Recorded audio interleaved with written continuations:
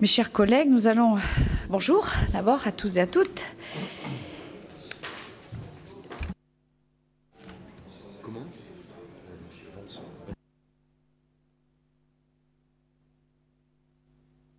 La proposition de loi de messieurs Marcel Bono, François Vanson et plusieurs de leurs collègues relative à la maladie de Lyme qui sera débattue en séance publique le jeudi 5 février dans le cadre de la niche UMP. Je souhaite au rapporteur, monsieur Vanson, bienvenue dans notre commission. La maladie de Lyme, maladie vectorielle transmise par une piqûre de tique, a été mise en évidence aux États-Unis durant le dernier quart du XXe siècle. C'est la maladie à vecteur la plus fréquente aux États-Unis et dans certains pays tempérés de l'hémisphère nord. Et je dis bien maladie à vecteur la plus fréquente, je ne dis pas maladie la plus fréquente, je crois que c'est important de le rappeler. Avec le réchauffement climatique et les modifications de comportement, cette maladie semble connaître une croissance forte en Europe, particulièrement en France. Elle est difficile à diagnostiquer, tant du fait de la très grande diversité des symptômes, qui peuvent être dermatologiques, arthritiques, cardiaques, neurologiques et parfois oculaires, que des imperfections des tests sérologiques existants. Outre leur souffrance physique, les personnes qui en sont atteintes se plaignent du manque d'intérêt de la société à leur égard et à l'égard de cette maladie. La question qui nous est soumise soulève donc un réel problème. Elle a fait l'objet d'une résolution européenne en août dernier, résolution dont M. Marcel Bono avait pris l'initiative et que M. François Vanson avait rapporté devant la Commission des Affaires européennes. Faut-il aller plus loin que cette réponse européenne en légiférant sur le sujet? C'est toute la question qui nous est posée aujourd'hui. C'est donc tout l'objet de notre débat. Et sans plus tarder, je laisse la parole à notre rapporteur. Merci, Madame la Présidente. Mes chers collègues, tout d'abord en préambule, je souhaiterais remercier Monsieur Renaud Wenzel, administrateur, qui nous a apporté une contribution très positive pour la rédaction de ce rapport. Permettez-moi tout d'abord de vous dire mon plaisir d'être accueilli parmi vous au sein de votre commission pour soumettre la proposition de loi à la maladie de Lyme déposée par notre collègue Marcel Bono. Il s'agit d'un texte auquel je suis particulièrement attaché, né du constat de situations difficiles auxquelles nos concitoyens sont confrontés. Je souhaite tout d'abord dire quelques mots sur la situation relative à la maladie de Lyme, ses enjeux y afférents, avant d'aborder le dispositif prévu par la proposition qui vous est soumise, qui intervient alors qu'un rapport du Haut Conseil de la santé publique portant sur ce thème vient d'être publié en décembre dernier. La maladie de Lyme, ou borréliose de Lyme, a été mise à jour aux États-Unis au cours, comme vous l'avez dit, Madame la Présidente, au cours du dernier quart du XXe siècle. À la suite d'une hausse conséquente d'arthrite inflammatoire à Lyme, ville américaine située dans l'État du Connecticut, des recherches ont abouti à la présence de bactéries dans le tube digestif de tiques. Il s'agit d'une zoonose transmise par les tiques du genre Ixode, cette appellation évoquant la fixation importante de la tique sur son hôte. Le terme provient du grec Ixode qui signifie gluant. Les tiques en cause sont différentes selon les zones. En Europe, il s'agit d'une tique Ixode ricinus. Présente dans les forêts et les habitats ouverts, tels que les pâtures, leur densité est fonction de plusieurs facteurs, association végétale. Merci. Seul le rapporteur a la parole, s'il vous plaît. J'en suis désolé. Mais donc, je disais que leur densité est fonction de plusieurs facteurs, association végétale, d'hydrométrie, cycle saisonnier, diversité des hôtes. Après avoir repéré son hôte en réagissant au travers à divers stimuli, vibration de l'air par exemple, température, la tique saute sur lui, s'y accroche à son insu et se gorge de sang. Au cours du processus de gorgement, les bactéries présentes chez l'hôte sont ingérées par la tique par le biais du sang, tandis que les bactéries présentes chez elle sont transmises par la salive. Les tiques du genre Ixode transmettent plusieurs agents pathogènes. L'agent responsable de la maladie de Lyme est ainsi une bactérie relevant de la famille des spirochètes, littéralement cheveux longs crinières, dénommée Borrelia ou Borrelia. 17 espèces ont été identifiées, dont 5 ont un pouvoir pathogène certain pour l'homme. Ces 5 espèces pathogènes sont présentes en Europe, chacune de ces espèces induisant des conséquences différentes, manifestations arthritiques, manifestations neurologiques ou manifestations cutanées. Plusieurs enjeux sont associés à la maladie de Lyme. Les difficultés liées au diagnostic clinique ou biologique, les voies de traitement, la cartographie et la nécessaire prévention. En premier lieu, la maladie de Lyme possède la particularité d'être difficile à diagnostiquer. Le principe de base fondamental en matière de maladie de Lyme est la confrontation de la clinique, de l'épidémiologie et de la biologie. Cette confrontation se justifie tout d'abord en raison de la complexité des analyses cliniques et de difficultés liées à la sérologie. La maladie de Lyme se caractérise en effet par la succession de 3 phases associées à des manifestations cliniques variées, conduisant la communauté médicale et scientifique à une extrême prudence dans la délivrance du diagnostic. L'importance d'Internet comme source d'information pour nombre de patients pourrait conduire à une mésinterprétation des symptômes constatés. Les manifestations symptomatiques pourraient être attribuées à tort à la maladie de Lyme et aboutiraient à une perte de chance pour la prise en charge des patients. Cet enjeu se pose notamment s'agissant du caractère chronique de la maladie, dont la reconnaissance divise la communauté médicale et scientifique. Cette situation est toutefois difficile à vivre pour certains patients. Devant l'absence de réponse à leur détresse physique et morale, s'ensuit une errance médicale des patients, si ce n'est une suspension des activités privées ou professionnelles en raison des douleurs et des fatigues, sans compter l'apparition de dépression. Le rapport du Haut Conseil de la santé publique propose une démarche scientifique permettant de caractériser la chronicité de la maladie. L'analyse biologique, au travers principalement de la sérologie, se relève également difficile. Le diagnostic biologique est effectué après la constatation des manifestations cliniques de la maladie. Elle repose sur 2 tests réalisés en 2 étapes, un test de dépistage avec la technique ELISA et un test de confirmation par immuno-empreinte, notamment avec le test Lyme-Weston-Blot. Leur fiabilité est aujourd'hui mise en question, ce que confirme le rapport du Haut Conseil de la santé publique. Des recherches doivent être lancées pour améliorer l'existant.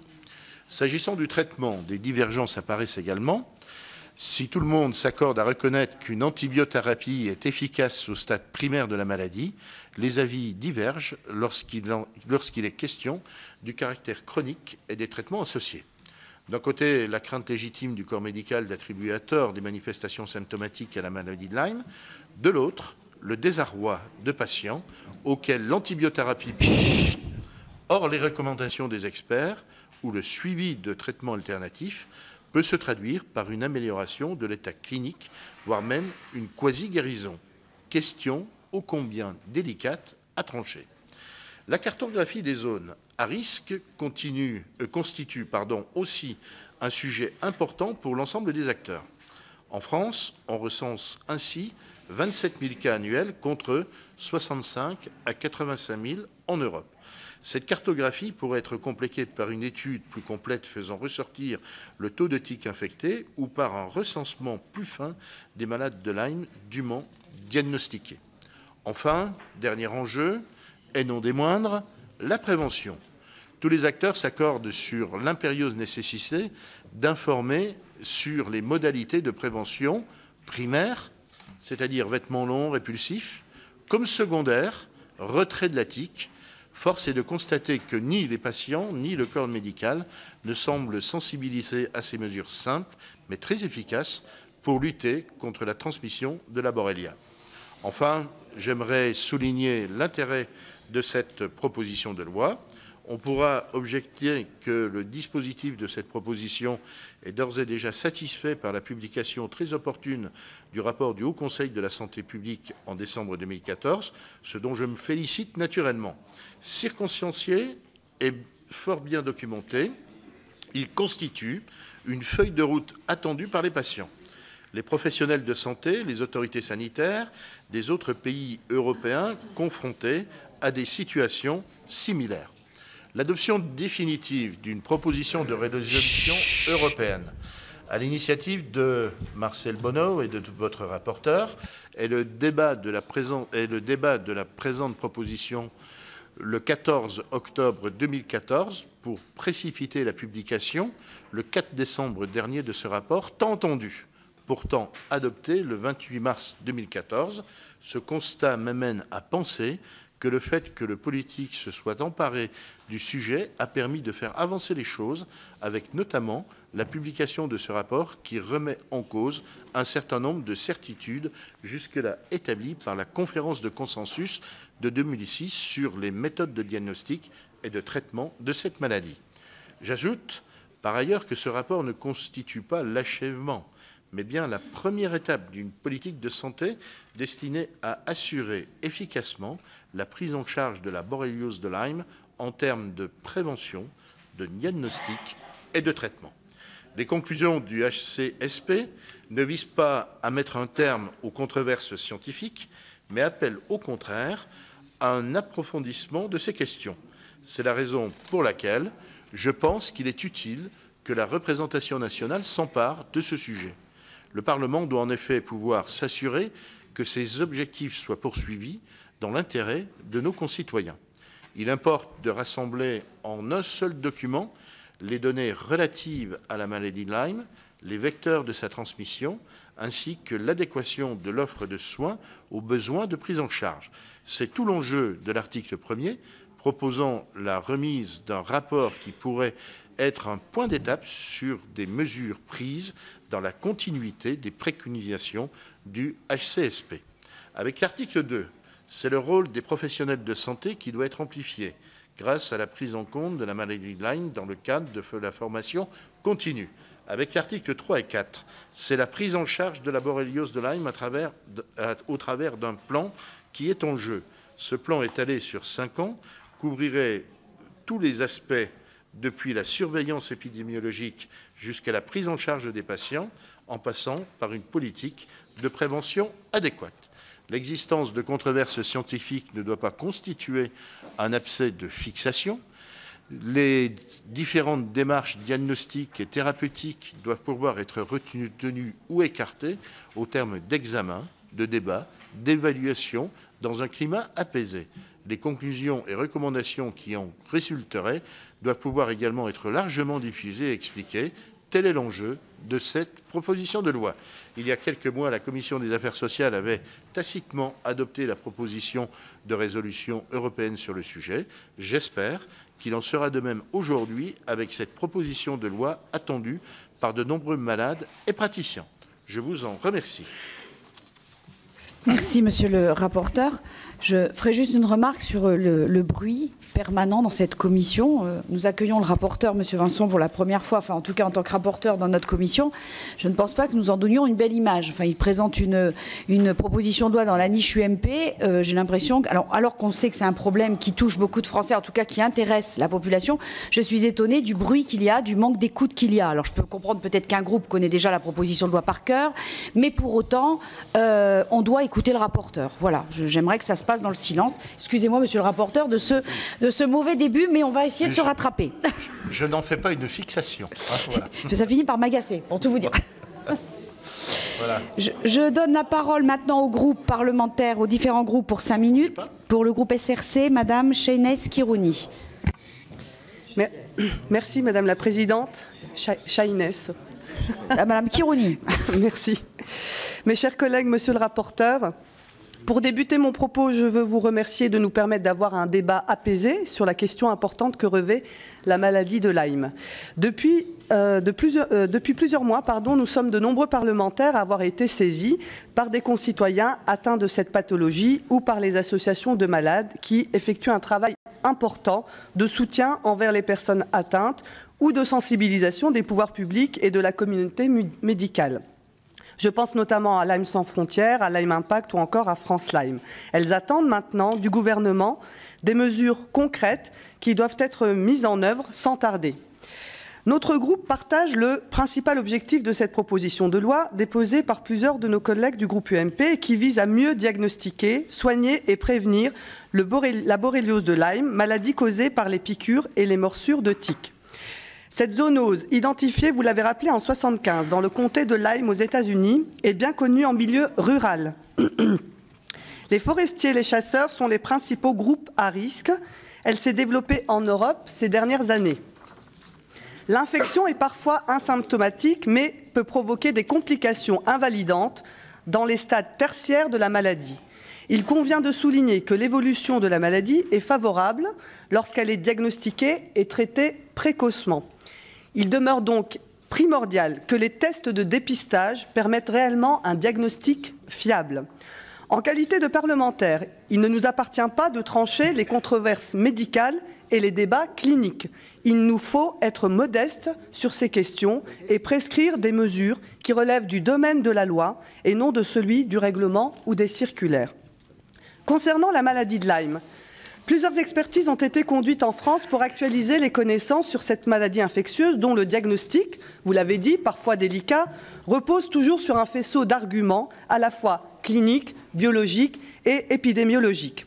Je pense notamment à la conférence de consensus en 2006 ou à l'avis du Haut Conseil de la santé publique en 2010. Compte tenu des débats et questionnements en cours, la ministre des Affaires sociales et de la Santé a saisi une nouvelle fois le Haut Conseil de la santé publique en juillet 2012. Son rapport, vous l'avez rappelé, a été publié en décembre 2014, soit quelques semaines après le dépôt de votre proposition de loi, monsieur le rapporteur. C'est pourquoi notre groupe estime que votre proposition d'établir un nouveau rapport dans un délai de 2 ans pourrait s'avérer contre-productive et pourrait même retarder la mise en œuvre de mesures concrètes pour prévenir cette maladie vectorielle et pour soigner les malades. Pour notre part, nous estimons que ce rapport constitue, et vous l'avez dit, une expertise particulièrement poussée qui prend la mesure de cette maladie et effectue des préconisations particulièrement importantes.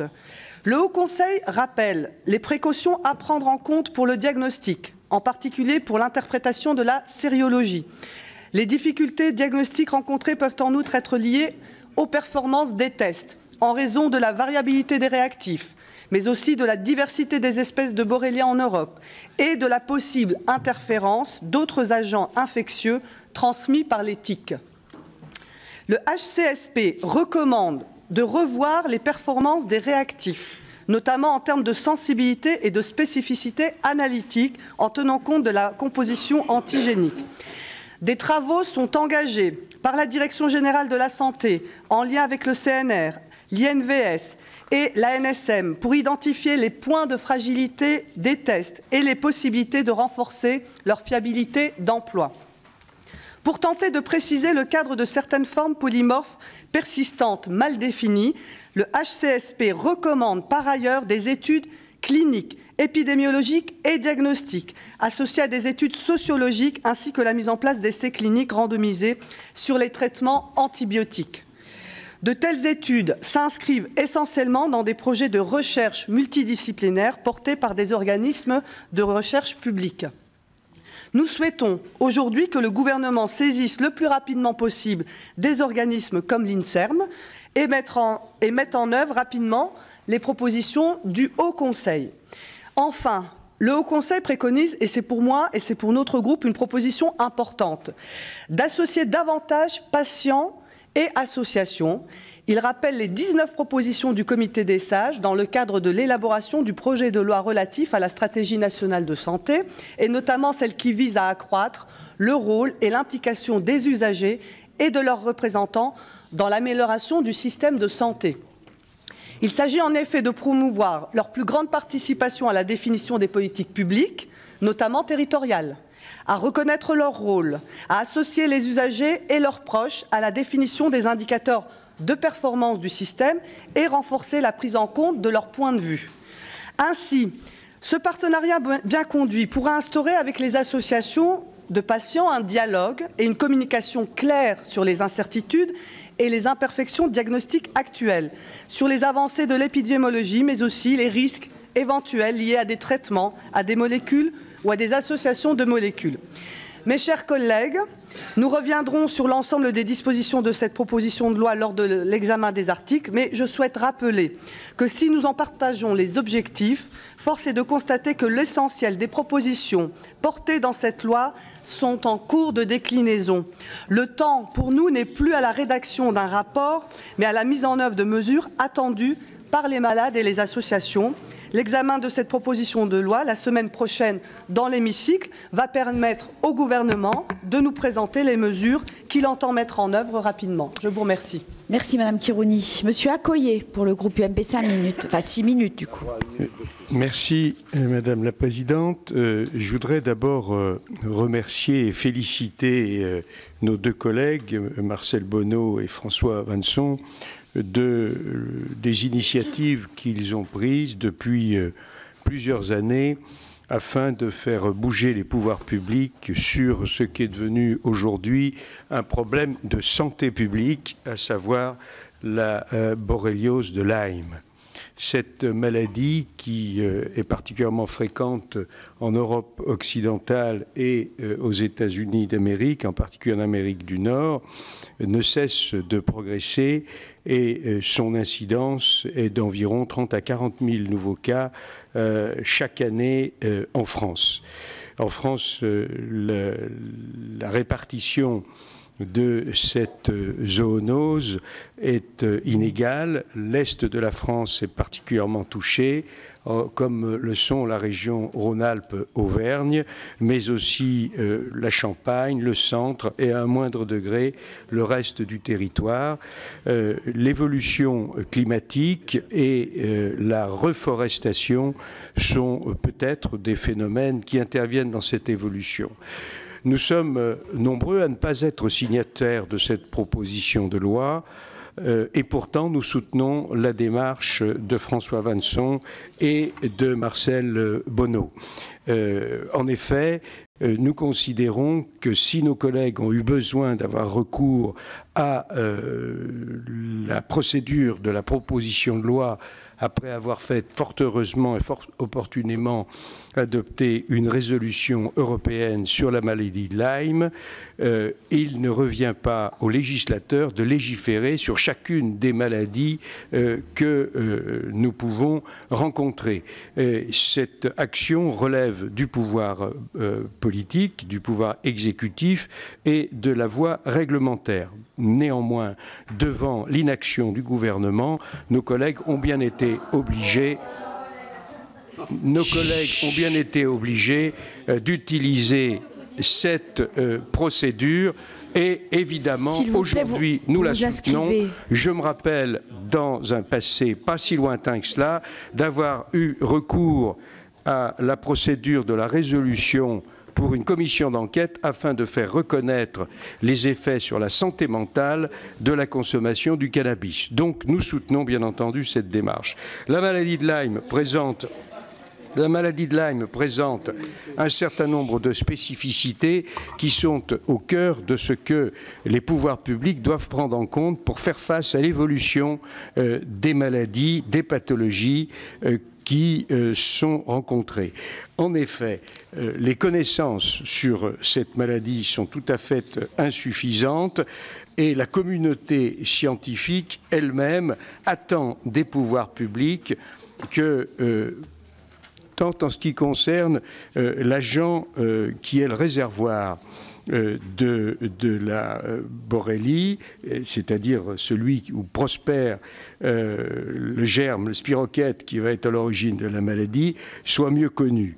De la même façon, il y a une exigence de connaissances meilleures sur les agents infectieux multiples qui peuvent être bactériologiques ou viraux, qui sont généralement et très probablement transmis en même temps que la piqûre qui infecte les promeneurs lorsqu'ils sont contaminés. Donc des travaux de recherche sont indispensables en ce domaine, d'autant que l'on découvre sans cesse de nouvelles perspectives vertigineuses qui font que le contact avec tel ou tel agent infectieux peut avoir des conséquences immédiates, secondaires, voire lointaines, et même parfois de nature psychologique, certes, mais même psychiatrique parfois. Deuxièmement, il y a un besoin de recherche sur les tableaux cliniques, c'est-à-dire une recherche clinique indispensable à approfondir, comme cela d'ailleurs a été dit par le rapporteur et par l'orateur de la majorité. Il y a un énorme travail à faire sur les tests sérologiques diagnostiques, tests ELISA et Western blot, dans la mesure où ceux-ci sont d'une fiabilité qui n'est pas suffisante et qu'il relève bien des pouvoirs publics de faire en sorte qu'ils soient d'une fiabilité constante et la meilleure possible. Enfin, sur la prise en charge, en commençant par la prévention, l'information des populations, mais également l'information de la communauté médicale, le travail qui doit être fait par les pouvoirs publics est devenu particulièrement urgent. D'ailleurs, le Haut Conseil de la santé publique l'a souligné, et d'ailleurs les recommandations qui sont issues de la conférence de consensus ne sont pas admises par tout le monde, elles sont parfois transgressées, tout simplement parce que si le tableau initial classique est bien connu, en réalité souvent il manque, et le diagnostic, en raison même de l'incertitude du diagnostic sérologique, conduit à des réponses thérapeutiques qui sont variables. Et quant à la forme clinique de la maladie, qui peut avoir des complications durables et invalidantes, les réactions aux différents traitements antibiotiques uniques ou répétés sont elles aussi diverses et l'objet bien entendu de différents. Dans ce contexte d'imprécision, il est tout à fait normal que les malades et leurs familles atteints pour les malades de forme chronique, j'ai bientôt terminé Madame la Présidente, se soient tournés parfois vers les médecines parallèles et que des réactions parfois irrationnelles se soient fait jour. Il y a donc urgence à ce que les pouvoirs publics mettent de l'ordre dans cette situation qui parfois crée des états conflictuels entre la communauté scientifique, la communauté médicale et certains malades. Le professeur Perron, qui fait autorité sur ces questions, appelle lui aussi de ses voeux des décisions fortes de la part du gouvernement. J'ai bien entendu que l'orateur de l'opposition nous disait que tout était en ordre. Néanmoins, si nos collègues ne s'étaient pas mobilisés et si cette proposition de loi n'était pas venue en discussion aujourd'hui, constatant qu'il n'y a strictement rien dans la loi santé en préparation sur la maladie de Lyme, il est évidemment particulièrement impérieux que nous adoptions dans l'unanimité cette proposition de loi qui prévoit un réel plan de prise en charge de ce problème de santé publique que constitue la maladie de Lyme. Monsieur Accoyer, vous remarquerez ma largesse à votre égard dès ce début d'année en vous laissant 7 minutes tout de même. Merci infiniment, Madame la Présidente. Je vous en prie, Monsieur Accoyer, c'est avec plaisir. Je suis vraiment très touché de votre générosité. Merci beaucoup. L'orateur du groupe majoritaire était une oratrice. Madame Orliac pour le groupe 2RDP pour 5 minutes. Merci Madame la Présidente, Monsieur le rapporteur, mes chers collègues. Tout d'abord, permettez-moi, Monsieur le rapporteur, de vous remercier pour votre travail accompli sur cette proposition de loi qui a été déposée donc, par certains de nos collègues de l'UMP qui concerne la borréliose de Lyme, qui est une maladie infectieuse due à une bactérie et transmise par une piqûre de tique. Donc cette zoonose, elle a été identifiée il y a peu de temps, puisque c'était en 1975. Elle est bien connue dans le milieu rural, comme vous l'avez expliqué, très fréquente dans l'est de la France. Les forestiers et les chasseurs en sont les principaux groupes à risque. J'ai bien étudié cette proposition de loi qui nous est soumise aujourd'hui et j'aimerais revenir sur quelques points. Sur l'article 1er qui invite le gouvernement à présenter au Parlement un rapport relatif aux modalités de prise en charge des personnes atteintes de cette maladie de Lyme et infections associées ainsi que ses aspects chroniques.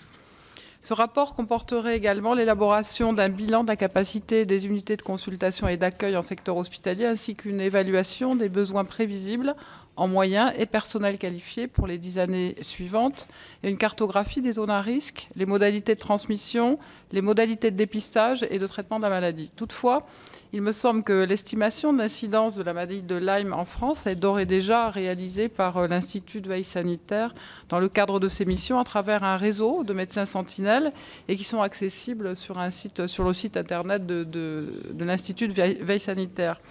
D'autre part, l'article 2 inscrit la maladie de Lyme et ce qui touche à la formation médicale continue sur cette maladie en tant qu'un des thèmes nationaux prioritaires. Et concernant cet article, il semblerait, à mon sens, plus utile de réfléchir sur la mise en place d'une sensibilisation de l'ensemble des professionnels de santé, parallèlement à l'information à destination du public. En outre, il semble bien que l'élaboration des programmes de formation ne relève pas du niveau de la loi.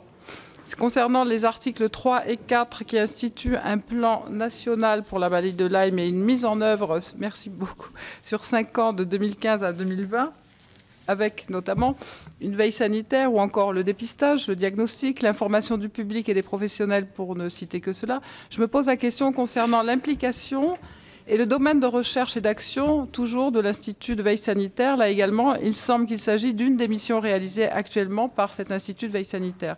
Par conséquent, vous l'aurez compris, si nous reconnaissons que la maladie de Lyme devient un véritable problème de santé publique, nous nous posons des questions sur l'utilité de découper la santé en tranches. En outre, nous devrions attendre les discussions qui concernent le projet de loi santé. En effet, ce projet de loi santé devrait répondre et prendre en compte beaucoup de points abordés dans cette proposition de loi en apportant des réponses concrètes. Nous attendons donc de voir ce qu'il ressortira des discussions de notre commission sur ce texte. Le groupe des radicaux de gauche et apparentés sont bien évidemment conscients que c'est un sujet extrêmement sérieux qui touche de très nombreux malades. Ces malades sont dans une grande détresse et ils ont besoin et ils veulent être entendus. C'est donc un sujet qui a droit à être pris en compte par les pouvoirs publics, mais nous estimons que beaucoup de points abordés par cette proposition de loi ne relèvent en fait pas de la loi. Je vous remercie. Merci. Merci Madame Orliac. Madame Delaunay pour 2 minutes.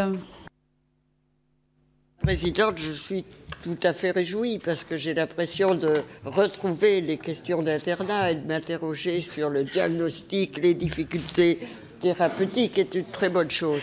Mais malgré tout, un peu interrogative de me demander si cela relève d'une proposition de loi, et je rejoins, c'est l'esprit du 11 janvier, M. Accoyer sur ce terme. Je ne pense pas que cela relève d'une proposition de loi et que les interrogations qui sont posées par notre rapporteur, très légitimes, relèvent en grande partie du milieu académique, du milieu épidémiologique, et je crois que l'orientation de notre porte-parole, Madame Chaïnes, Khirouni, je voulais tellement bien dire Chaïnes, pardonnez-moi, que la préconisation qu'elle vient de faire, c'est-à-dire de demander au pouvoir public d'interpeller l'INSERM et les autres groupes de recherche pour que soient développés des appels à projets dans ce sens, me paraît satisfaire davantage que l'interrogation des parlementaires eux-mêmes. Donc, nous aussi, nous souscrivons à l'objectif, mieux diagnostiquer, mieux suivre les malades, s'interroger sur les tests, mais reconnaissons que ce n'est pas nous qui ferons ce job et que c'est davantage par une voie académique qu'il faut s'interroger et, je l'espère, se répondre. J'ai voulu faire. Merci Madame Delaunay. Madame Le Callennec pour 2 minutes. Oui, merci Madame la Présidente. Moi je souhaitais remercier le rapporteur car comme cela a été dit des deux côtés de, je ne vais pas dire de l'hémicycle mais de cette salle, en effet ça permet de poser le débat puisqu'on est les uns et les autres tous sollicités par des patients qui sont très inquiets de cette maladie et de la façon dont elle est traitée en France. Alors vous l'avez dit, c'est vrai, on ne part pas de rien. Il existe un rapport qui a été remis en décembre dernier du Haut Conseil de santé publique qui formule des recommandations, prise en charge médicale, performance des outils diagnostiques, des pistes de recherche clinique, des enquêtes sociologiques. Vous venez de rappeler qu'en effet des travaux étaient engagés par la DGOS, également des travaux par l'Institut de veille sanitaire, mais moi je trouve que cette proposition de loi, elle a le mérite de refixer les objectifs qu'on partage, vous venez de le dire à l'instant, amélioration des connaissances et des modalités de prise en charge, c'est ce qui est demandé par les patients, formation des intervenants. Et le mérite aussi de cette proposition de loi, c'est qu'elle propose un plan. Parce qu'à un moment donné, et moi je me réjouis que la ministre des Affaires sociales soit présente la semaine prochaine dans l'hémicycle, moi le 16 décembre j'ai posé une question écrite à la ministre dont j'attends toujours la réponse sur cette question et j'imagine que la semaine prochaine, elle aura des réponses à nos questions. Donc je pense que si on veut aller plus loin, il faudra vraiment un plan. Et je ne crois pas savoir que dans la loi santé, on aborde cette question-là. Donc je crois qu'il faut à un moment donné, on a posé le débat, on est d'accord les uns et les autres pour dire qu'il y a un vrai problème de santé publique. La question est de savoir quels sont les véhicules qui vont permettre en effet de progresser, d'aller de l'avant et de concrètement répondre aujourd'hui aux attentes des patients et du monde médical. Donc elle a le mérite, cette proposition de loi, de poser le débat. Et effectivement, l'opposition est parfaitement dans son rôle en ayant fait une proposition. Et j'espère qu'on pourra trouver des éléments de consensus, que ce soit sur la loi, le règlement ou tout simplement la modification des pratiques sur nos territoires. Merci. Merci, Madame le Président. Monsieur Véran. Merci, Madame la Présidente. Écoutez, moi, je prends cette proposition de loi comme une occasion intéressante et importante d'arriver à débattre d'une maladie qui, c'est vrai, fait parler pas mal ces derniers temps. D'abord parce que c'est une maladie qui évolue très lentement, de façon silencieuse. Elle est multisymptomatique. Probablement que nous ne sommes pas suffisamment, que le corps médical n'est pas suffisamment sensibilisé pour y penser systématiquement. Mais je dirais, comme le corps médical n'est pas suffisamment sensibilisé lorsqu'il s'agit de penser, d'évoquer des maladies métaboliques ou d'autres maladies infectieuses qui peuvent être rares et d'évolution lente et parfois assez insinueuse. Il y a des enjeux, ils ont été rappelés. D'ailleurs, je rejoins mon collègue Bernard Accoyer lorsqu'il dit qu'il faut davantage lutter contre les tics. C'est un enjeu d'ailleurs qui nous occupe tous. J'invite aussi, vous me pardonnerez la boutade, Madame la Présidente, à Bernard Accoyer à lutter contre ses propres tics. Je dis ça parce que je sais qu'il est doté d'un grand sens de l'humour et qui me comprendra. Mais évidemment que les pouvoirs publics agissent contre la maladie de Lyme, évidemment qu'ils agissent contre les tics. Et il y a un plan qui a été proposé en ce sens-là. En même temps, c'est vrai qu'on voit des malades qui peuvent arriver en consultation ou qui peuvent aller voir les parlementaires ou leurs élus locaux pour parler de symptômes qu'ils ressentent, qu'ils ont pu mettre en lien ou à travers des réseaux sociaux ou à travers des associations de malades ou à travers des émissions grand public avec la possibilité d'une maladie de Lyme. Et certains nous disent qu'ils ont l'impression qu'en France, nous ne savons pas faire le diagnostic suffisamment tôt et de façon suffisamment fiable. Il y a quelques intervenants en France, mais surtout en Europe et en Allemagne, avec des centres privés qui se font l'effort de faire des diagnostics que nous ne saurions pas faire en France. Et je crois qu'il faut être assez prudent dès lors face à ce discours, puisque, excusez-moi, c'est vraiment ambiance hall de gare, Madame la Présidente, j'arrête. Oui, Monsieur Véran, continuez. Seul l'orateur a la parole. Enfin, si le texte de loi, c'est pas la peine de la main sur le cœur de dire c'est un problème important, on est interpellé, il y a des gens, la communauté scientifique, les malades, pour ne pas écouter les orateurs. Enfin, c'est quand même quelque chose d'assez incompréhensible. Je vous demande donc d'écouter les orateurs, les oratrices. Sinon, je suspends la séance, on va s'aérer et puis on revient calmement avec les gens que ça intéresse. Monsieur Véran, continuez. Vous avez 30 secondes de plus. Non mais donc je disais, il faut être modeste, comme disait Madame Chelès-Kirouni tout à l'heure, elle avait raison et je la rejoins parfaitement, quant aux capacités d'être parfaitement sûr que nous savons faire le diagnostic dans les bonnes conditions. Il faut être aussi à l'écoute de ce qui peut se passer à l'étranger, en Allemagne ou ailleurs, quant à l'évolution des méthodes diagnostiques. Il faut se féliciter que notre collègue ait permis d'aborder cette question-là aujourd'hui, mais encore une fois, la réponse, elle se situe plus dans la recherche scientifique, comme l'a dit Michel Delaunay, elle est plus académique que législative, sans quoi nous aurions la possibilité, demain je peux vous déposer 25 propositions de loi pour des maladies métaboliques ou infectieuses qui sont responsables, encore une fois, de grandes souffrances pour les malades, avec des interrogations fondées ou non scientifiquement quant à la possibilité de présenter les symptômes correspondant à cette maladie. Donc voilà, attention à ne pas aller trop dans ce sens-là de notre côté, mais encore une fois, qu'il y ait un plan maladies rares qui intègre la question de la maladie de Lyme, je serai le premier à le signer. Merci Monsieur Véran. Monsieur Perru. Oui, mes chers collègues, monsieur le rapporteur, tant la proposition de résolution que vous avez présentée il y a quelques mois devant la Commission des affaires européennes que cette proposition de loi aujourd'hui ont pour but effectivement d'attirer notre attention et d'attirer surtout l'attention des pouvoirs publics sur cette maladie que nous connaissons tous, puisque dans chacune de nos circonscriptions, nous rencontrons des personnes effectivement atteintes de cette borréliose de Lyme. Votre rapport, il y a quelques mois, montrait cette surveillance insuffisante au niveau européen et vous évoquiez justement le besoin d'aller plus loin, notamment dans le domaine de la recherche. Et je voudrais savoir si la Commission européenne, qui contribue à hauteur de 15,6 millions d'euros à des projets de recherche liés sur la maladie de Lyme, avance dans ce domaine. Est-ce que cet effort est-il suffisant, puisque vous l'évoquiez vous-même dans ce rapport, et notamment dans le cadre du programme européen qui va couvrir la période 2014-2020, l'Europe prend réellement les moyens face à cette difficulté. Vous indiquez aussi que la campagne d'information et de dépistage méritait donc d'évoluer et que le test utilisé en France est moins efficace que les tests utilisés dans d'autres États membres. Pouvez-vous nous apporter quelques précisions? Pourquoi? Et pourquoi sommes-nous moins efficaces que les autres pays? C'est quand même une question que l'on peut se poser. Alors cette proposition de loi a un certain nombre de mérites. Je crois que nous sommes d'accord sur ses buts. Comment mieux évaluer le nombre de pathologies? Car là, on voit bien que le nombre de cas n'est pas forcément très clair. 27 000 cas nouveaux en France chaque année. Pourquoi autant, j'allais dire, de différences d'un département à l'autre? Sans doute lié peut-être aux forêts, aux espaces naturels. Vous voulez aussi approfondir la question des modalités de transmission. C'est bien là, effectivement, que le point doit être essentiel. S'assurer de la fiabilité des diagnostics sérologiques. Cela rejoint la question que j'évoquais il y a quelques instants. Et puis mieux informer sur les traitements proposés.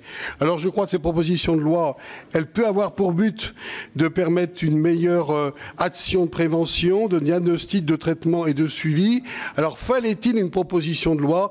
Comme l'ont dit d'autres orateurs, on aurait pu penser que le ministère de la Santé et les instances elles-mêmes qui ont en charge le suivi justement d'évolution des maladies aient pris conscience plus tôt effectivement de ce besoin de s'impliquer directement pour cette maladie ou tout du moins contre cette maladie. Merci Monsieur Perru. Monsieur Liebgott pour 2 minutes.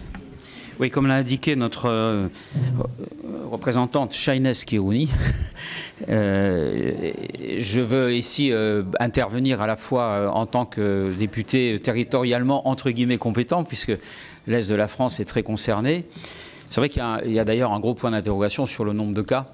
Je regarde Céleste Lette, non pas pour les cas, mais parce que nous sommes tous les deux de l'Est de la France. Les cas chroniques vont jusqu'à 635 000 identifiés, ou en tout cas supposés, dans certaines études, ce qui paraît quand même énorme. Ça a au moins le mérite de poser aujourd'hui déjà un diagnostic, puisque tout le monde ne sait pas forcément que le tic, c'est la maladie de Lyme. On pense qu'on est tous très informés, mais je crois que le rapprochement des deux est déjà important. Pour autant, je pense qu'il ne faut pas effectivement aller vers une législation. Il faut que l'information circule, il faut travailler avec les associations. On a tous des expériences individuelles. C'est vrai que certains nous ont dit, voilà, en fait, c'est le vétérinaire qui a identifié la maladie.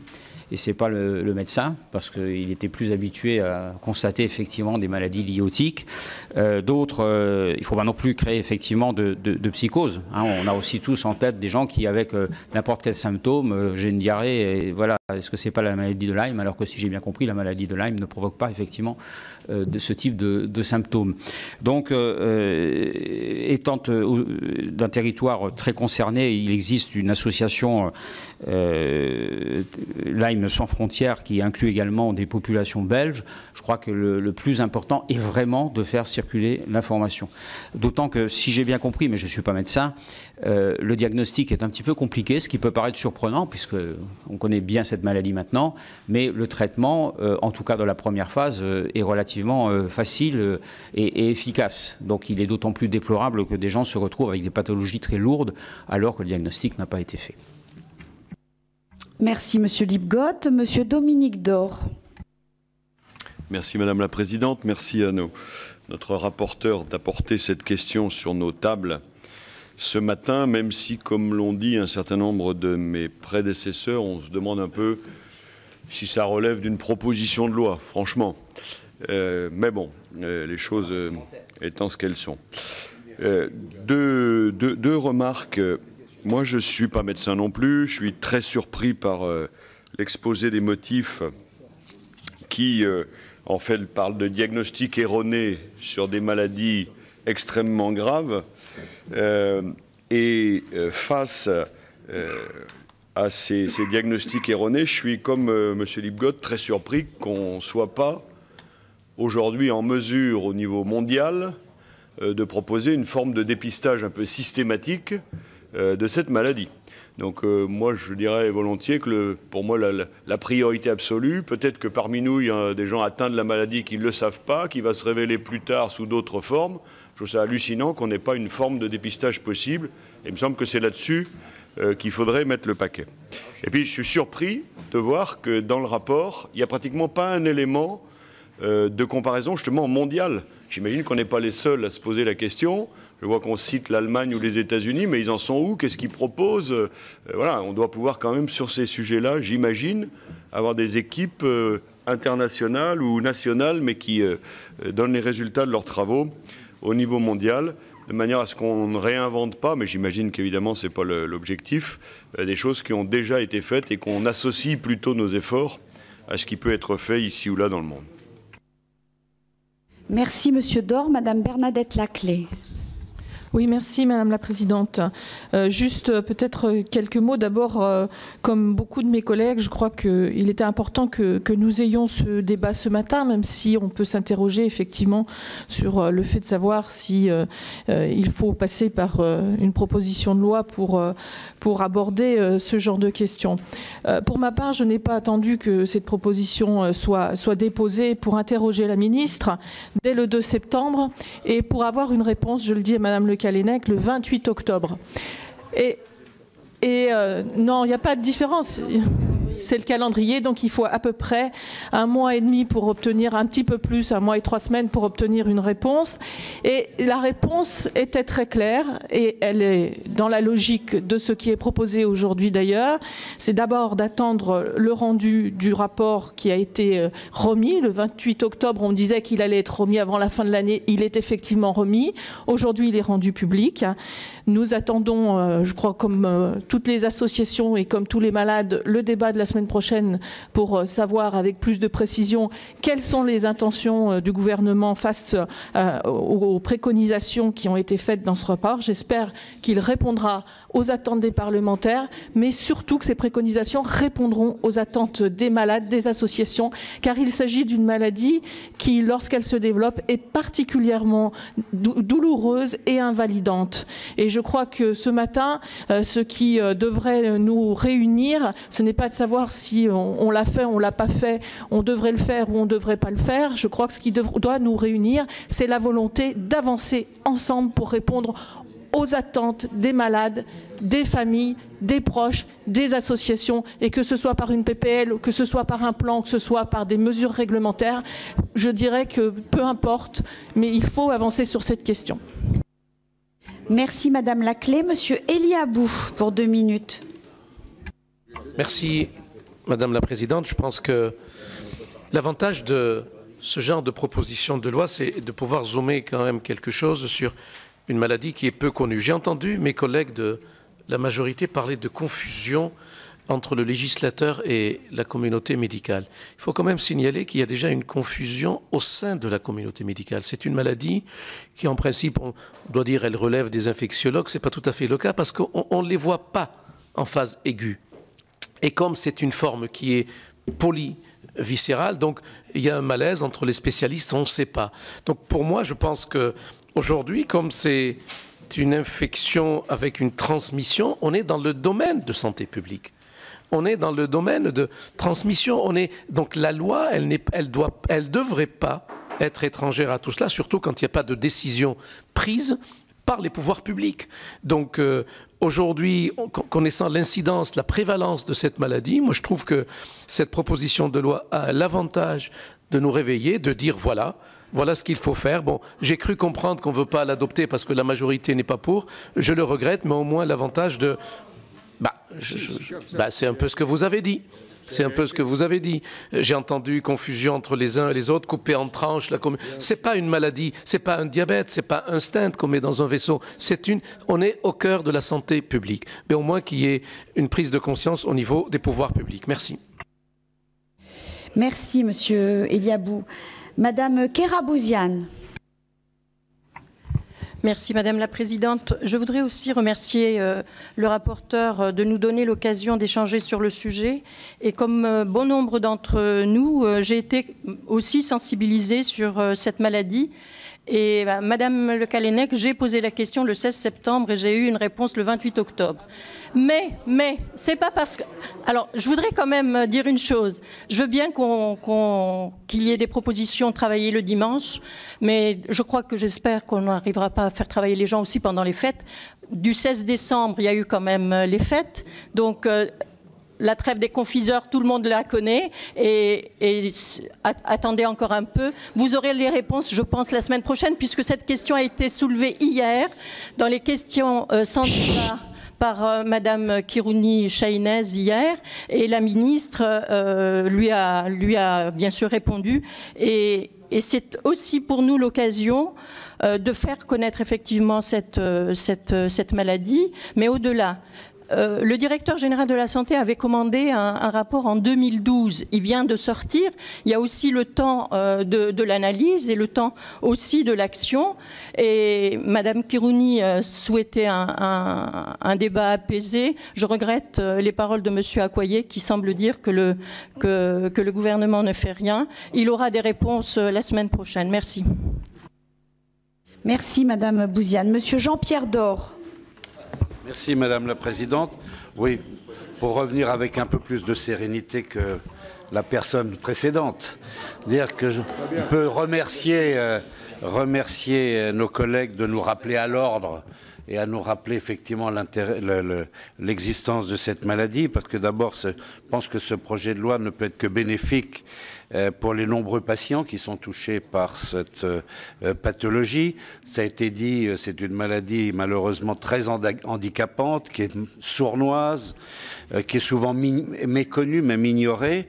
Je crois que, pour répondre à Dominique Dor, le Centre européen, le CDC de Stockholm, est alerté de cette maladie. Et au niveau européen, il y a beaucoup de choses qui sont faites. Par contre, effectivement, je crois que la France est très frileuse dans ce domaine et n'a pas avancé beaucoup, ce qui est donc l'intérêt de cette proposition de loi. Est-ce qu'il fallait faire une loi ? Ça, c'est la question qui est posée. Je pense que le seul intérêt de débattre ce matin, c'est d'avoir le mérite de voir l'existence de cette maladie, de lutter contre le déni qui existe sur la gravité de cette pathologie. Et si je n'ai pas été signataire de cette proposition de loi, j'apporte mon entier soutien. Et je regrette que la majorité n'apporte pas son soutien également à cette proposition de loi, de façon à réveiller un peu, effectivement, le Haut Conseil de santé publique et le gouvernement. Madame, je crois que c'est nécessaire. Merci. Merci, Monsieur Dor. Madame Valérie Boyer. Merci Madame la Présidente. Madame la Présidente, moi je voudrais juste m'étonner du fait que cette maladie qui semble extrêmement répandue ne bénéficie pas d'un dépistage un petit peu plus sérieux et que ce genre de proposition doit être discuté à mon sens dans la loi de santé publique. C'est la première chose. La seconde chose, c'est que compte tenu de la façon dont cette maladie est transmise à l'homme, vous parlez des régions boisées, des régions où il y a des tiques, etc. Mais moi, je m'étonne qu'aujourd'hui, dans les zones urbaines, et dans les zones urbaines assez peuplées, où nous bénéficions d'espaces verts, eh bien, on constate des herbes qui ne sont pas entretenues autour des arbres au motif qu'on ne doit pas utiliser de pesticides. On constate aussi des endroits qui sont peu ou mal arrosées et très très mal désherbées pour des raisons, j'allais dire, d'écologie urbaine, pour des raisons de mode plus que d'écologie urbaine, parce qu'on sait très bien que dans ces endroits-là, dans ces parcs secs, dans ces jardins, eh bien, les tiques qui peuvent attaquer l'homme et lui transmettre cette maladie peuvent proliférer à foison. Donc moi, je veux bien qu'on travaille sur des propositions de loi sur la prise en charge d'une maladie, mais à un moment donné, il faut aussi réfléchir sur la façon dont on peut gérer à l'intérieur des zones qui nous incombent en tant qu'élus, en tant que maire, en tant que conseillers généraux, etc., la façon dont on peut faire en sorte que cette maladie ne prolifère pas.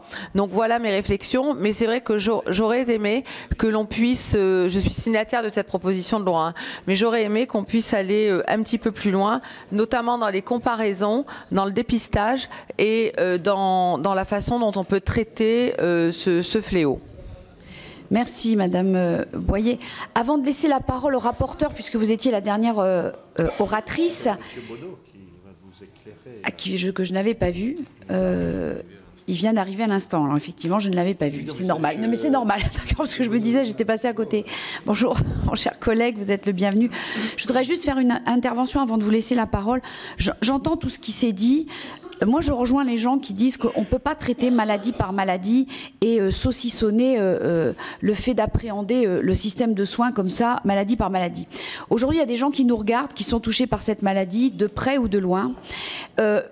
Je voudrais donner un exemple. J'ai eu une demande faite, il est parti mais il était là tout à l'heure, de notre collègue Francis Vercamer, qui me demandait d'auditionner le 11 février à venir pour la journée de l'épilepsie des professeurs spécialistes d'épilepsie. C'est avec regret que je lui ai opposé un refus. Pourquoi ? Parce qu'on ne s'en sortira pas. Ça va être l'épilepsie. Moi, je suis interpellée en tant que présidente de la commission par de nombreuses associations. Les associations de diabétiques pour être auditionnées, les associations sur les maladies orphelines, les associations pour les... Bon, on a eu la PPL sur les cancers pédiatriques, mais c'est toutes les semaines que j'ai des demandes d'audition. Et quand je les refuse, cela me peine. Mais on ne peut pas ouvrir une boîte de Pandore, sinon on ne s'en sortira pas. Et je l'ai expliqué à notre collègue Francis Vercamer, qui l'a expliqué, qui était déçu, et je le comprends, mais on ne peut pas commencer à ouvrir la boîte de Pandore des auditions de toutes les demandes faites pour les maladies, pour les groupes de maladies, pour des maladies particulières. Sinon, on ne s'en sortira pas. Sinon, vous m'assurez que du lundi au vendredi, vous êtes à Paris et on auditionne du lundi au vendredi toutes les associations qui le demandent. Voilà. Et je crois que cette PPL, c'est un peu dans cet esprit. C'est-à-dire que tout le monde a pris conscience qu'il y avait un problème de santé publique, connu de toute façon depuis longtemps par, vous avez cité le Haut Conseil de santé publique, c'est aussi la Haute Autorité de Santé qui en a parlé, c'est l'Institut National de Veille Sanitaire, il y a même sur le portail du gouvernement, allez-y, sur le ministère des Affaires sociales, une page dédiée à cette maladie de Lyme. Donc voilà, je crois que c'est dans le même esprit. Toute maladie ne peut pas être traitée par une proposition de loi, et je le dis parce que là c'est ma propre voix qui parle, hein. Mais néanmoins je félicite le rapporteur d'avoir mis ce sujet sur la table. Je donne maintenant la parole à Monsieur Bonneau.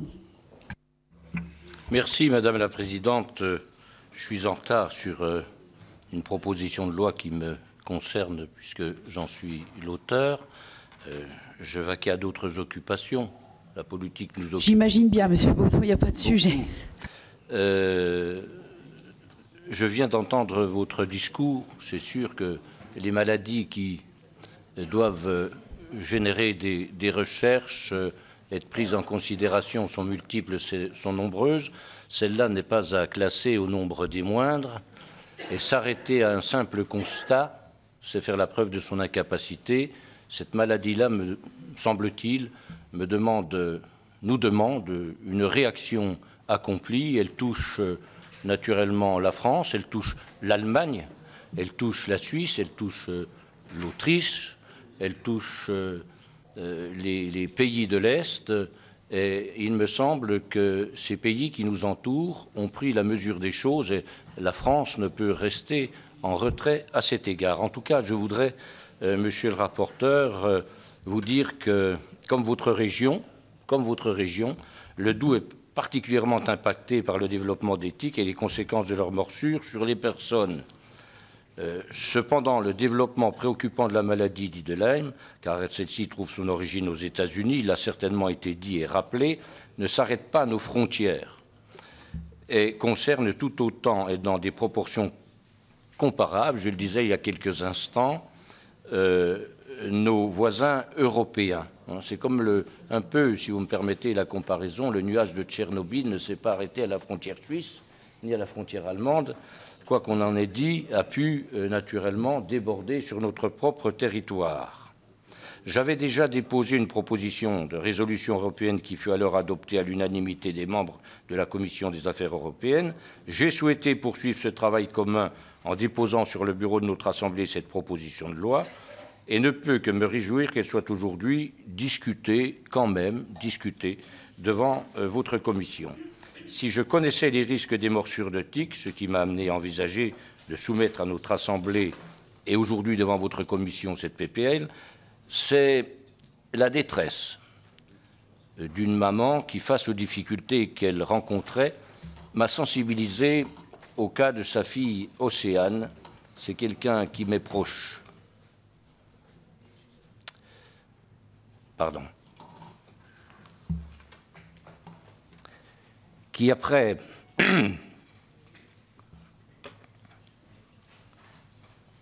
avoir contracté la maladie de Lyme, a dû en urgence se faire opérer d'une tumeur au cerveau. Le cas de cette adolescente que je connais bien et qui m'est proche, oui, m'a interpellé et m'a invité à me pencher plus avant sur les conséquences de cette maladie et sa dimension, aujourd'hui mondiale, que nous ne pouvons plus ignorer. Ainsi, face au développement de ce fléau, il m'est apparu urgent d'agir, d'abord au niveau européen, pour que cette politique de santé publique soit enfin prise avec l'attention qu'elle exige et que les victimes, les malades, ne se sentent plus délaissés par les pouvoirs publics. Monsieur le rapporteur, je me réjouis du travail constructif qui a été le vôtre et a permis d'apporter les améliorations nécessaires au texte initial afin de lui donner toute sa dimension actuelle avec toutes les chances d'entraîner un vote favorable, voire même à l'unanimité de votre commission, ce que j'appelle de mes vœux.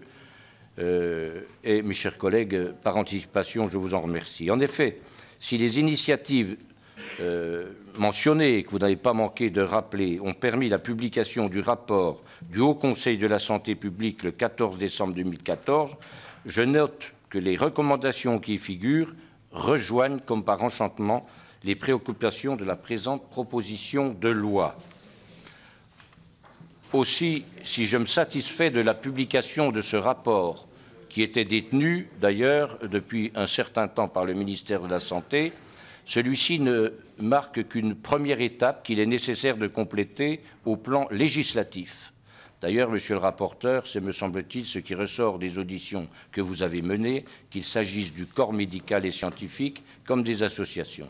Ainsi, mes chers collègues, la maladie, la douleur et la souffrance n'ayant pas de couleur politique, il est de notre responsabilité commune que de permettre à la recherche, au monde scientifique et médical, de poursuivre plus avant les travaux qui doivent être menés, d'agir rapidement sur la prévention et la vulgarisation des bons comportements adoptés, de compléter la cartographie dont on dispose à l'ensemble du territoire national.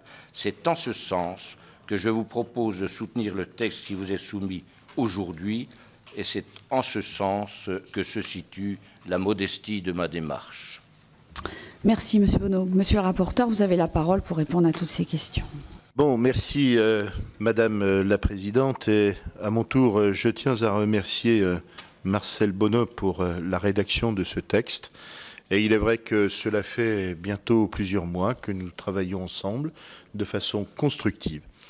Ce qu'il y a de clair, c'est que ce qui nous motive à la fois d'être présents ce matin, j'ai cru comprendre que la présence était tout de même assez soutenue, cela me réjouit, c'est bien parce que nous avons tous été, dans nos circonscriptions, à un moment ou à un autre, sensibilisés par des cas de détresse tout à fait, je dirais, importants, et que cela nous a poussés, en tant qu'élus, eh bien, d'essayer de proposer quelque chose.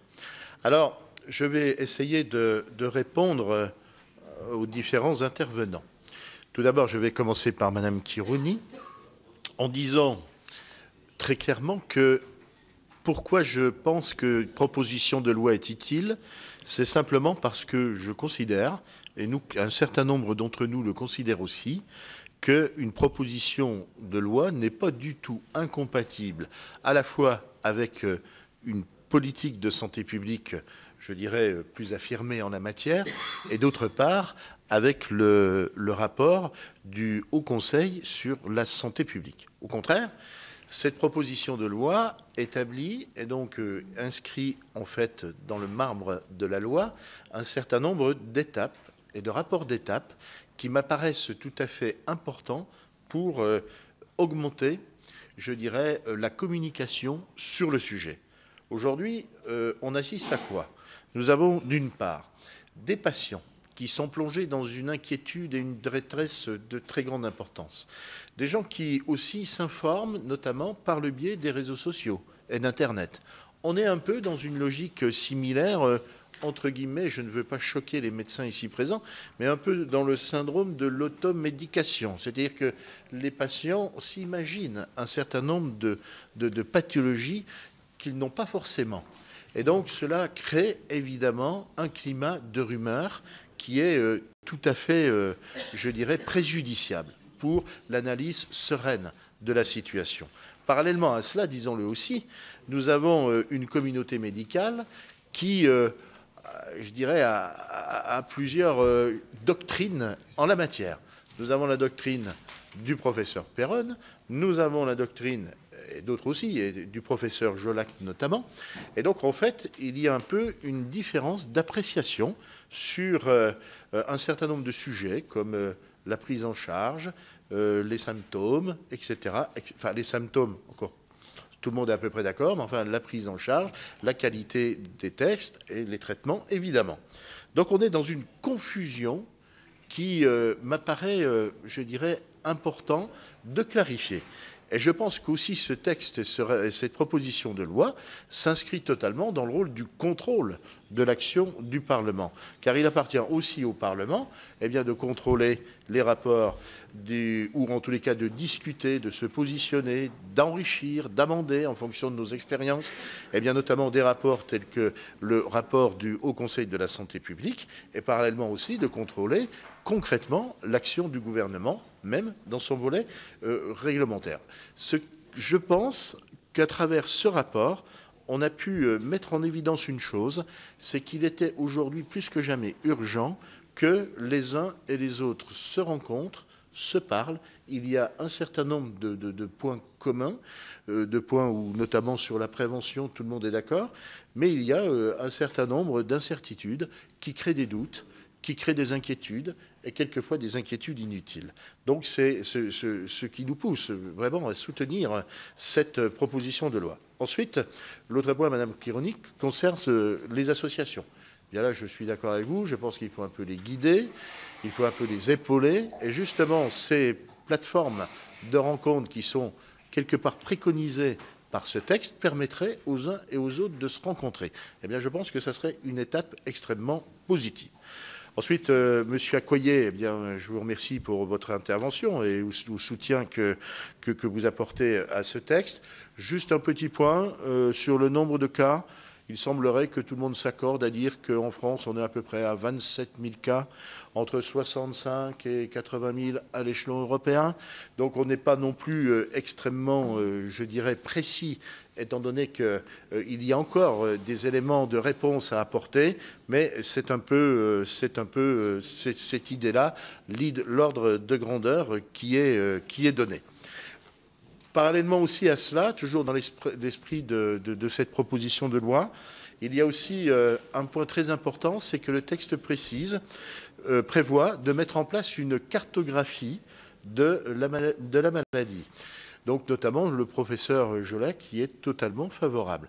Cette cartographie permettrait à la fois de mieux recenser les zones à risque, évidemment, et parallèlement à cela, aussi d'apporter des éléments factuels pour engager d'autres programmes de recherche et également aussi de favoriser la recherche dans ces travaux. Madame Orliac, donc vous avez cité le fait que le plan de... Enfin, disons que la loi n'avait pas à prévoir de plan de formation. Au sens stricto sensu du terme, c'est vrai. On est tous d'accord là-dessus. Ceci dit, toujours dans cette même logique, je pense qu'une proposition de loi telle que celle-ci peut justement inciter et doit permettre aussi eh bien, à aller plus loin dans certains domaines, dont la formation. Ce qu'il y a de sûr aussi, c'est que dès qu'on a, avec Marcel Bono, eh bien, proposé la proposition de résolution européenne, nous avons eu tout un tas de rapports qui ont été diffusés. On s'en réjouit. Et nous avons tout de même le sentiment que cette première étape nous a permis de faire avancer les choses de façon positive.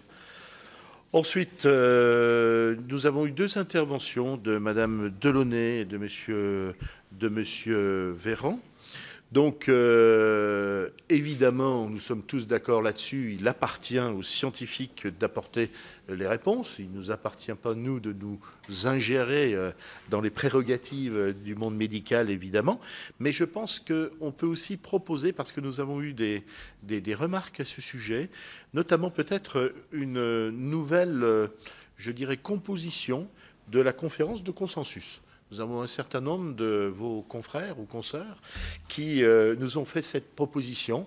Et bien, je pense que, pourquoi pas, ça permettrait, notamment dans le cadre de cette conférence de consensus, eh bien, de permettre à, je dirais, différentes doctrines, entre guillemets, de se rencontrer et peut-être d'évoluer sur un certain nombre de points communs. Et là aussi, je pense que c'est une chose sur laquelle on peut travailler avec la mise en place de groupes de travail multidisciplinaires, évidemment. Bon. Concernant Monsieur Perru, alors Monsieur Perru... Voilà, j'ai noté ça. Donc, concernant l'Union européenne, eh bien oui, il y a eu des moyens qui ont été dégagés et on s'en réjouit. Le but aussi de la proposition de résolution consistait à ce que la maladie de Lyme ne soit pas oubliée dans le cadre de la recherche des maladies infectieuses. Nous avons déjà de bons signaux en la matière et là encore, on peut s'en réjouir. Concernant les tests, donc la fiabilité des tests. Bon. Là encore, la communauté médicale est un petit peu divergente sur le sujet. Et nos travaux ont permis à ce que l'INSERM s'en empare. Et donc, il va y avoir des études qui vont être engagées sur le sujet. Ce que l'on peut dire à ce stade, c'est que finalement, l'utilisation des tests est surtout, je dirais, pertinente au cas par cas et en fonction de l'évolution de la maladie et à quel moment on fait ce test. Là-dessus, la communauté médicale est assez d'accord sur le sujet, c'est-à-dire ELISA, ensuite le Western Blot. Donc on a un peu ces 2 outils qui ne sont pas forcément antagonistes, mais qui doivent être utilisés à un moment judicieux. C'est un peu ce qui est ressorti des débats. Maintenant, après, se pose la question aussi du dépistage. Alors, nous avons eu des débats très importants sur le sujet. Notre avis, et c'est ce qu'on a fait figurer dans ce rapport, c'est-à-dire qu'un dépistage n'est valable que sous certaines conditions.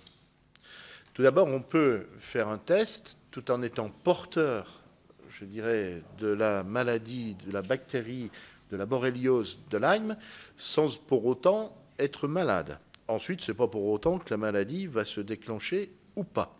Ensuite, il y a des moments où on peut faire un dépistage et que finalement, ce dépistage s'avère inutile, tout simplement parce qu'on ne l'aura pas fait au bon moment. Si on le fait de façon trop précoce, même si on est porteur de la borréliose, eh bien, à l'instant T, on aura un test qui va nous dire,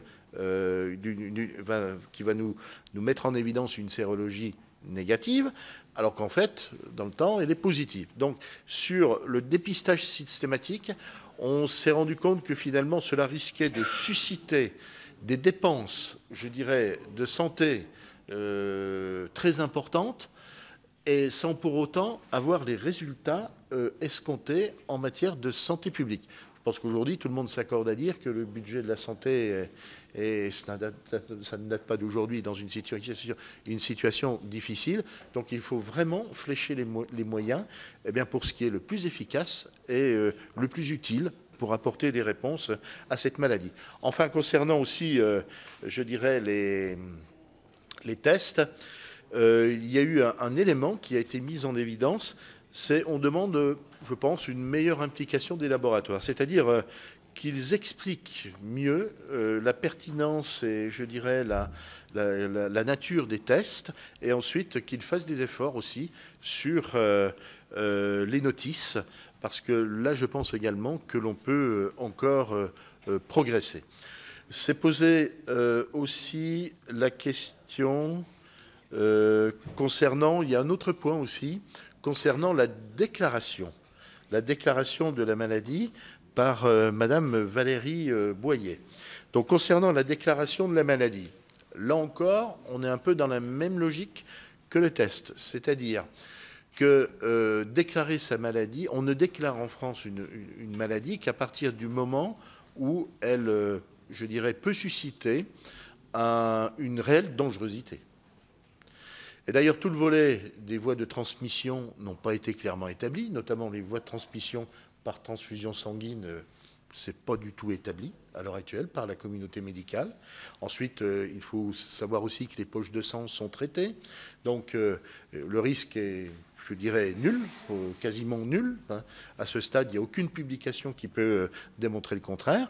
Ensuite, aussi, dangerosité, mode de transmission, ça ne se transmet pas par voie sexuelle, semble-t-il.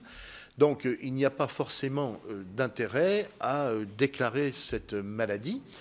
Que l'on mette en place un réseau sentinelle plus efficace, plus performant, pour justement alimenter les statistiques dans la recherche, ça c'est une bonne chose, mais faire une déclaration, je dirais, systématique, ce n'est pas le virus Ebola, tout le monde en convient, donc il n'y a pas, à mon avis, de justification pour que cette maladie soit déclarée.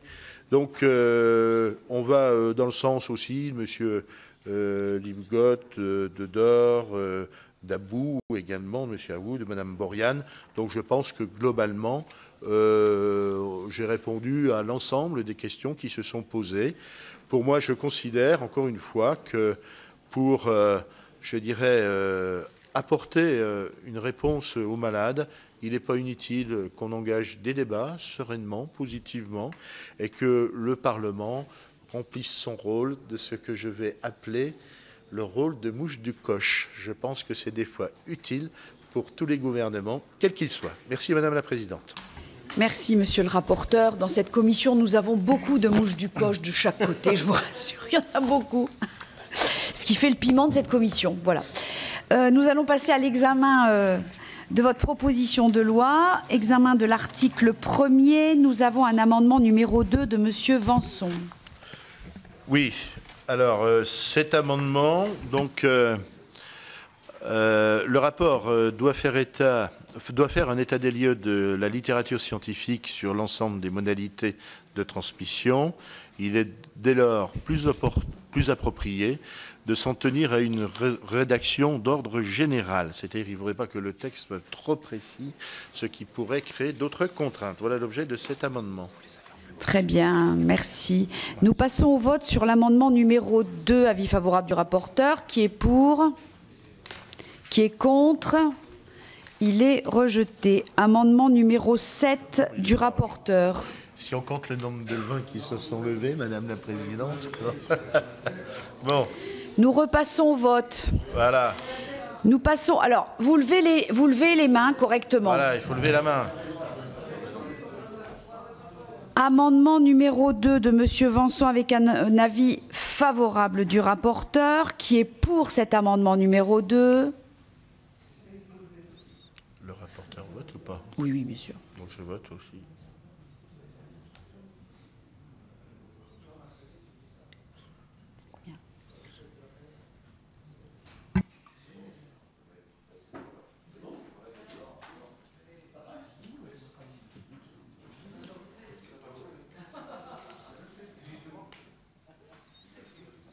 14 pour. Qui est contre l'amendement?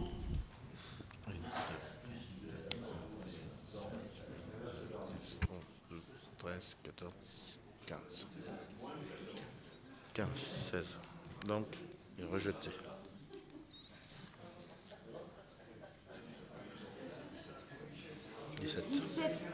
17 contre, l'amendement est rejeté. Bon.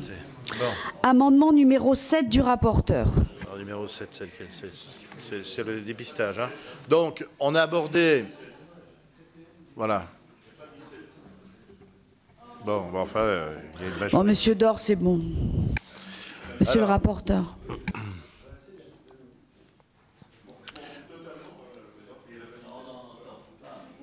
Bon, je défends l'amendement. Monsieur le rapporteur, vas-y.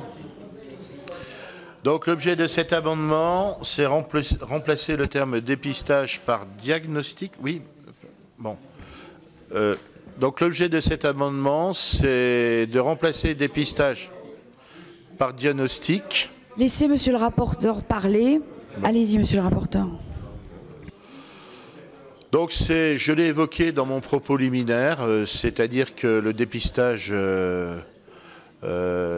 systématique ne m'apparaît pas cohérent, donc c'est dans cet esprit-là que je dépose cet amendement. Merci, monsieur Abou. Monsieur le rapporteur, mon cher collègue, je regrette un peu cet amendement parce qu'on disait tout à l'heure qu'il y a un enjeu de santé publique. Et d'ailleurs, on expliquait le rôle du législateur en termes de prévention de santé publique. Et là, par cet amendement, on est en train de revenir à la case médicale de diagnostic. On est là dans une approche de dépistage et de prévention. Donc je regrette comme disent les Occitans chez moi, ce switching de dépistage en diagnostic. Voilà. Mais parce que ça ne va pas dans le sens... Le diagnostic comprend le dépistage, c'est ça. Oui, chers collègues, en fait, pourquoi nous avons travaillé cette question? C'est parce que nous avons considéré que le diagnostic incluait le dépistage. Et c'est un peu cette démarche-là qui nous a poussé à déposer cet amendement. Voilà. Merci. Nous allons passer au vote sur l'amendement numéro 7 du rapporteur. Et donc, nous allons utiliser cette situation ridicule que j'ai déjà utilisée. Et on va se mettre debout. Donc, amendement numéro 7 du rapporteur, avis favorable du rapporteur. Qui est pour? Qui est pour? Ah non, mais mettez-vous debout. Mettez-vous debout. Hein. Moi, je ne veux pas de... Allez, debout. Monsieur Bonneau n'ayant pas le droit de voter puisqu'il ne fait pas partie de la commission, il n'a pas demandé son transfert. Excusez-moi.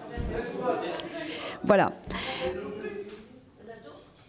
Voilà, donc on compte.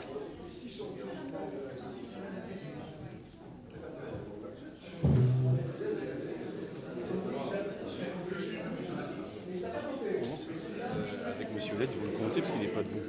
Oui, oui. Ça fait 12 avec monsieur Lett. Donc 12 pour. Qui est contre l'amendement numéro 7?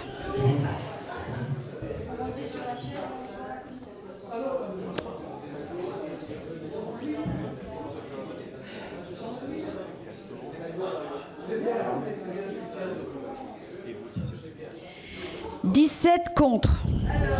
Bon. Donc dès lors qu'il n'y a pas de mouvement dans la salle, nous partirons du même vote. L'amendement est rejeté. Nous passons au vote sur l'article 1er. Qui est pour? Qui est contre? Il est rejeté. Article numéro 2, amendement numéro 3 du rapporteur. C'est un amendement rédactionnel parce que la première rédaction n'était pas conforme avec le Code de la santé publique. Donc, compte tenu des dernières évolutions, nous avons mis à jour les intitulés des articles. Merci, monsieur le rapporteur. Donc, nous passons au vote sur l'amendement numéro 3 avec un avis favorable du rapporteur. Qui est pour? Qui est contre? Il est rejeté. Nous passons au vote sur l'article 2. Qui est pour? Qui est contre? Il est rejeté. Article 3. Qui est pour? Qui est contre? Il est rejeté. Article 4, amendement numéro 4 du rapporteur. C'est un amendement rédactionnel. Voilà. Amendement rédactionnel. Même avis, même vote. Il est rejeté. Amendement numéro 5 du rapporteur. Donc cela concerne le dépistage. Donc nous en avons débattu. On pense que le dépistage systématique n'est pas forcément une bonne chose. Et donc c'est la raison pour laquelle bien je propose de supprimer le terme dépistage. Merci, monsieur le rapporteur. Nous passons au vote sur l'amendement numéro 5. Avis favorable du rapporteur. Même avis, même vote. Il est rejeté. Amendement numéro 6 du rapporteur. Donc toujours dans le cadre des débats que nous avons engagés, supprimer la déclaration obligatoire pour les raisons que j'ai évoquées dans mon propos liminaire. Merci, monsieur le rapporteur. Amendement numéro 6, avis favorable du rapporteur. Qui est pour? Qui est contre? Même vote, il est rejeté. Nous passons au vote sur l'article 4. Qui est pour? Qui est contre? Il est rejeté. Donc la proposition de loi... Il y a l'article 5, pardon, excusez-moi, j'ai oublié l'article 5, qui n'a pas d'amendement. Qui est pour l'article 5? Qui est contre? Il est rejeté. Donc en l'état, la proposition de loi a été repoussée en repoussant tous ces articles. Oui, monsieur Dor. Oui, je voudrais simplement un mot. Je pense que, à titre personnel, et je pense que tout le monde aurait dû être aussi sensible, j'ai été très touché par l'intervention du porteur de cette loi, monsieur Bonneau. Touché, il a fait une intervention extrêmement émouvante à propos d'un cas, c'est vrai, d'un cas qui le touche.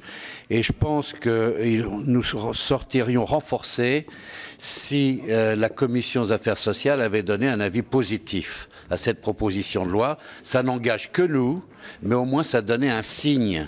Et je regrette que la majorité soit dans son rôle d'opposition à cette proposition.